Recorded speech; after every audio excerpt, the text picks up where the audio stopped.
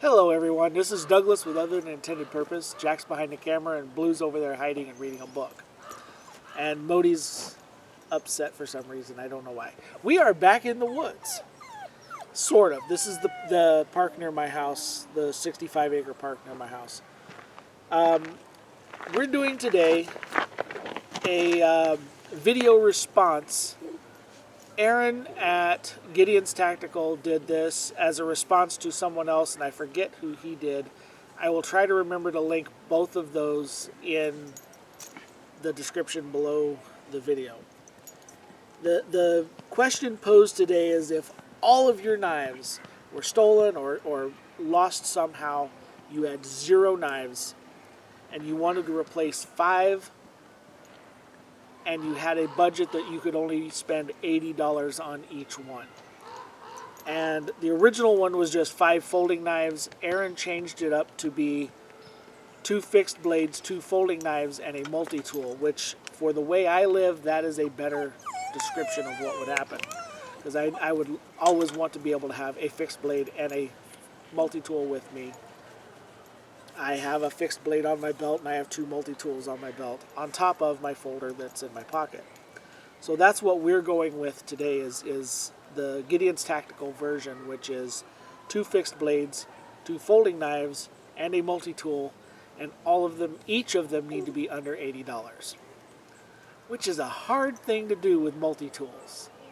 Now, going off stuff that I actually have so that I can show you, the multi-tool was the hardest one, because getting below $80, you drop into not having as much of a tool set. The best one I had in that range is actually a $50 multi-tool, and it is the Leatherman Rev. Now, on the day-to-day, I carry a Leatherman Wave. And, Super? No, I don't carry the Super anymore. Okay. I carry the Surge, which is like the Wave on steroids. It's as good. The pliers are as good as the Super, and it has the toolkit of a Wave, sort of. But we're not talking about that today. We're talking about the Rev. Now, this is a medium duty under multi-tools, but it is a plier. It does have the plier.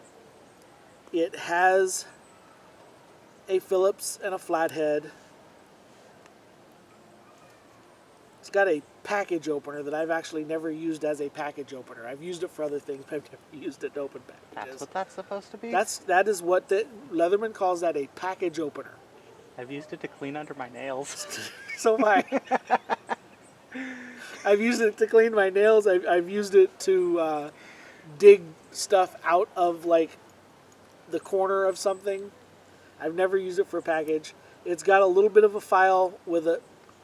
Fucking mosquitoes. Sorry, watch my language.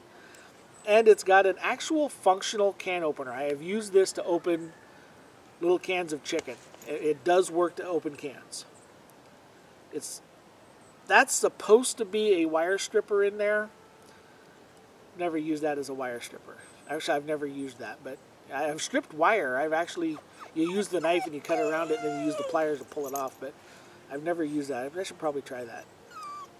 And it does seriously? Seriously. Good boy. Now get off the dang shit. Get out. Get out. Redneck. It does have a small blade that would be an auxiliary blade, and that's pretty much what it has. I thought it had a set of scissors on it, but I must have been mistaken, because there's definitely no set of scissors on that. But anyway, Is it on the back there? no, the only thing on the outside is the knife. Okay. It does have a pocket clip, so you can carry it that way if you want. But yeah, that would be it. This is $50. That would be my multi-tool option. For my folders, I really am not spending my $80 limit here, because going from what I have up to the $80 doesn't really improve the usability for me. So my first folder is the Petrified Fish Beluga. And with this, you're getting K111 or K110 steel. It's a German proprietary steel.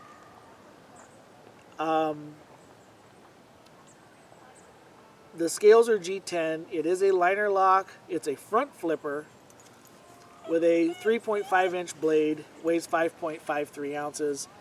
This has a really cool flipper. You want to hold it so that your fingers are out of the way in the back. You put your thumb on it and you just roll your thumb over to open it. And the reason I chose this one is it's got a pretty beefy blade. It's got a full flat grind on it. It's a fairly thick blade stock. Has a nice tip that you could do pierce and like bore out a little bit of a hole with it. It holds a really nice edge for quite some, for through quite a bit of use. The lockup on it is really good. It's about a 40% lockup. You close it up, it's drop shutty. It is dead centered. It's got enough beef to it that it is usable for hard use tasks, and it comes in at $46.99, well below my $80 limit. It's got a very deep pocket clip. The pocket clip is actually behind the liner, and then the screws go through the liner, but they're inset, so you have really nice carry. It doesn't come out so far that you're going to worry about catching it on things and scratching things up. It does carry pretty nicely in the pocket. That's my first option. The second one I would get is a CJRB. And this CJRB, they have names on some of them, but most of their knives run off of numbers. It's a J1915. It's also called the Kicker.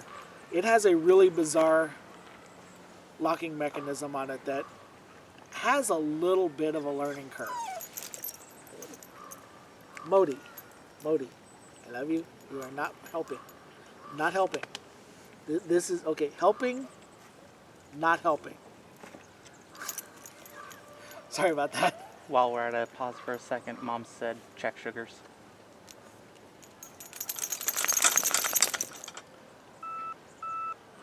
They're low. No worries. We're Okay. It's only at 70. I'm fine. Okay. It is a flipper, and when you flip it out, it has a really nice usable blade. It's a very high saber. The locking mechanism on it, you pull that down, and then there's a little bit of a snap to it. So there's a little bit of a learning curve to get it closed right, but it's a flipper, and that lock is actually a fairly good lock. There's really good lockup. There's no wiggle, no side to side, no up and down. That is the thing, though. If you don't let go of the lock soon enough, it stops. But it is centered perfectly. It's got a fairly deep pocket carry on it. It's tip up, reversible. I really like how this cuts. And it comes in at $39.95. CJRB is a budget knife company. It's D2 steel, so you are looking at fairly good durability. 3.52 inch blade, 4.54 ounces to carry, so very lightweight. Like I said, there's a little bit,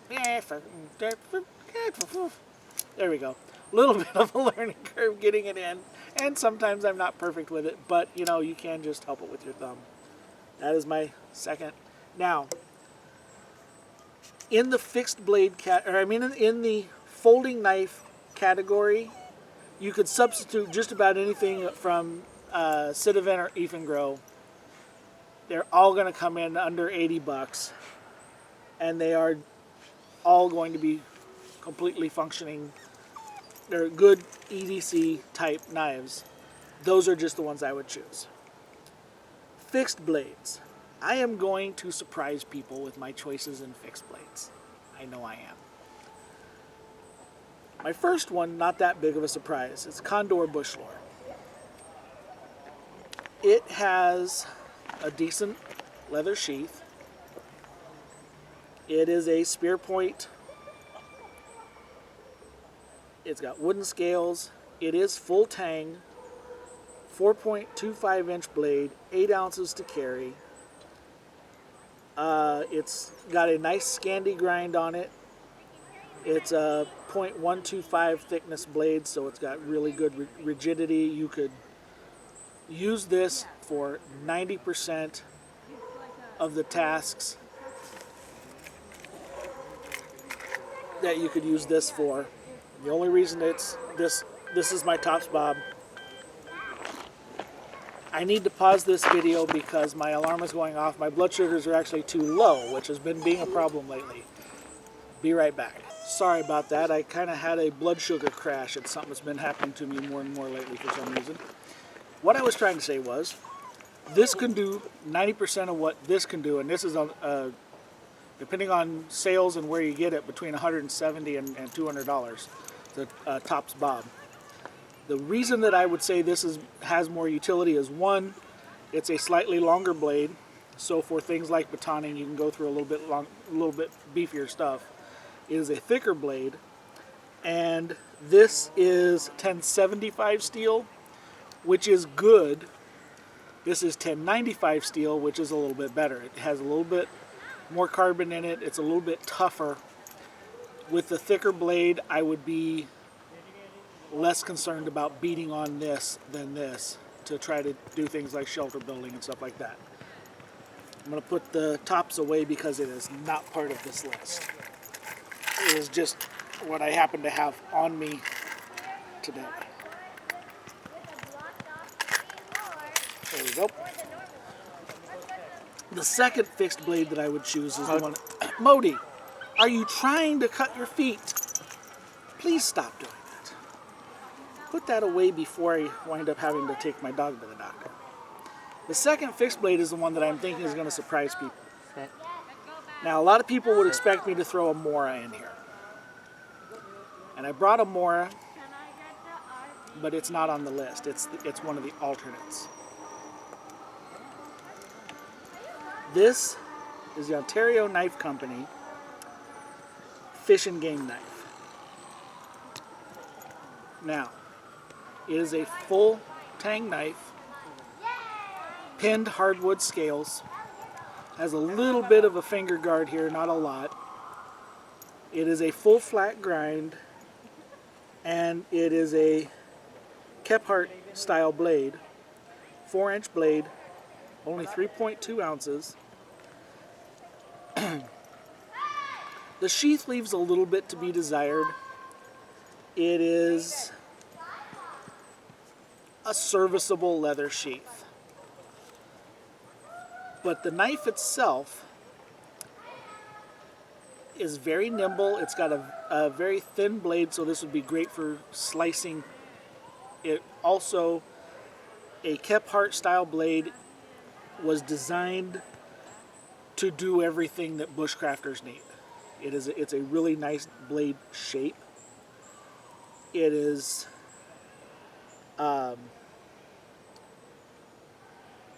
it's also 1075 steel.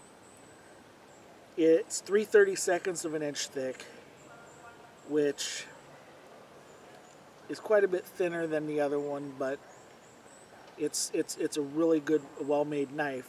And this is where it's going to blow everybody's mind on why I chose this. I have an $80 limit, and I chose this. Yes, my sugar is low. I know my sugar. I just had food. My sugar will be going up. Leave me alone. Sorry. $27.20. No, I did not have an aneurysm and read that wrong. It's $27.20. And the thing about Old Hickory, which is Ontario Knife Company, has a line of knives they call Old Hickory. Originally, they were kitchen knives. And by originally, I'm talking 250 years ago. These were kitchen knives. And men would go into their wives' knife drawer and take the 7-inch kitchen knife and take it with them when they were going hunting and trapping and spending time and exploring in the woods. And it took them a long time to realize that this was that was just what was going to happen. They didn't used to come with sheaths, and so people were having to just make some kind of a sheath to carry it with them. Ontario finally started putting sheaths on some of them, and then started making ones that are more actually straight up bushcraft inspired or bushcraft styled knives. But they've been making these knives forever. They know how to do it. They do a really good job on the heat treat. It's a really serviceable knife. I would not be afraid to spend a week in the woods with this as my primary knife. Would I miss my Tops Bob? Yes. But I could Buddy. spend a week in the woods Buddy, come here. with this as my primary knife. Like I said, a lot of people might have expected me to Buddy. say my Mora knife, my Mora Companion HD, because I actually like this knife. I like it a lot. It's actually similar in price. It's a little bit cheaper. It's about $20, so it's a couple bucks cheaper. This is a stick tang. The tang only comes about this far in, and it's tapered down. It's actually a rat-tailed stick tang. Only comes about that far in, and it's tapered, and it's the thickness of the blade, so you're mostly holding on to the over molded polymer, and completely serviceable, would completely work if that's what you had. You could do a lot of things with this. I like a full tang knife. Now, two other options that are both cold steel, that are also full tang knives, and also would have fit in the $80 budget, but just don't have some of the attributes that I look for. First is the Fin Bear. The Fin Bear is it's a full tang, and the tang comes all the way down to the end. It's just over molded over so you can't see it, but it is a full tang. But it is basically a full tang Mora. They're both Scandi grinds. They're similar in thickness. They're similar in length. The handle on the not Mora Right. looks a little slick. That actually, if you for grabbing this, it's got all those lines in it. It grabs. Okay. It's slick this way. And as I was about to say, one of the reasons I did not pick this as my fixed blade, because it is a full tang, is it's fine when you're holding it like this. It's fine for push cuts. It's actually not too bad for any hammer grip. It's not that bad. If you're trying to do a reverse grip on it, it has a tendency to try to rotate, even though it's oblong, just because in circumference it's slicker than snot. It's got these lines that make it so Rotationally? Rotationally? Yeah. It doesn't want to slip out of your hand, but it does want if you're trying to hold it in anything but a hammer grip, it's a little bit awkward to hold. I like doing reverse grip when I'm trying to like sharpen sticks and stuff, because I can pull the stick through it, and I'm not bringing the blade towards me. It's facing away from me. I know I can do that this way too, but it's just, would you leave me alone? What's it down to? I'm going up. Leave me alone. Sorry, I'm arguing with my phone. I have a constant glucose monitor that plugs into my side, and it tells me the numbers through my phone, and my phone is being a butthead right now. Approximately every 4 minutes, I think. Yeah, it tests every 4 minutes, and if I go below 75, it yells at me. and I was down to 60, and I'm on my way back up. I'm at 71. If it goes up a little bit more, it'll stop yelling at me, so just stop now. The other one is also a cold steel. This is also a full tang, although it's a tapered tang. It's more of a stick tang than a full tang. And this one just came to me recently in a package from a really nice person that I am not going to tell their name because I don't want everybody flooding them with, hey, can I have some stuff too? This is the Cold Steel Outdoorsman Light.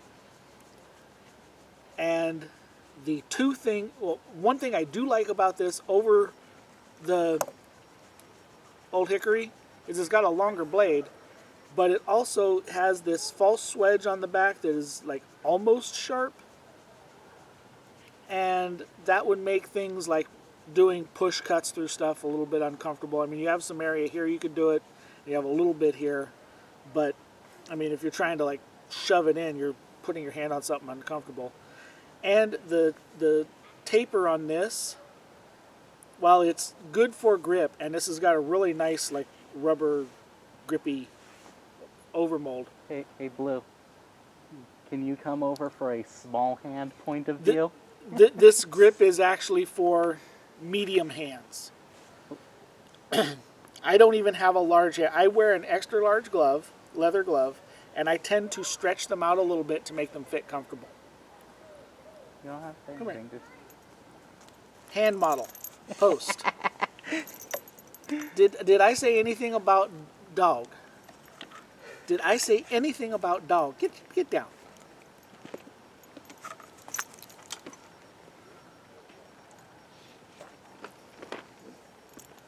Just grip the handle and take it close to the camera. Grip it like you mean it.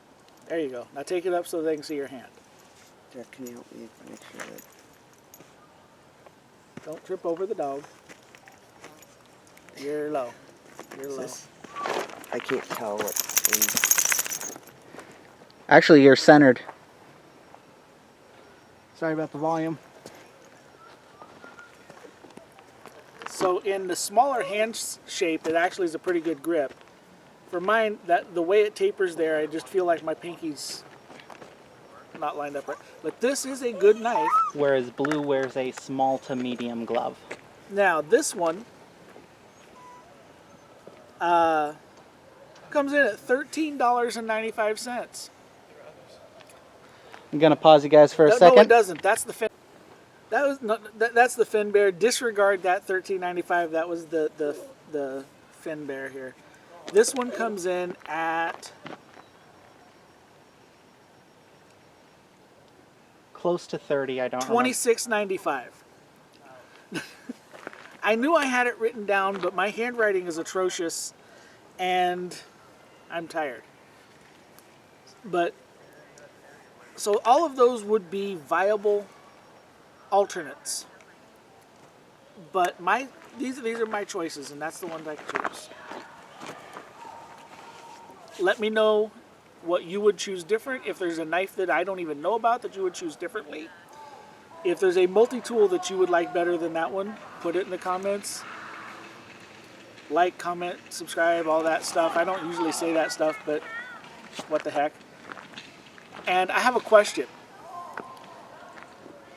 My wife suggested that I put a link to the on my Amazon wish list. I have several lists, and one of them is for stuff that I want for the channel. My wife suggested I put a link to that in the description. Does that? I don't know if that kind of feels like begging. What's your opinion on that? Anyway, get out in the woods. Have a good time. Remember, the best equipment in the world does you no good if you don't know how to use it. Take your equipment out and practice with it. Do something kind for someone. It doesn't have to be big. It doesn't have to cost you any money. Make them smile. Do something small every day to make the world a little bit better of a place. Have a good night.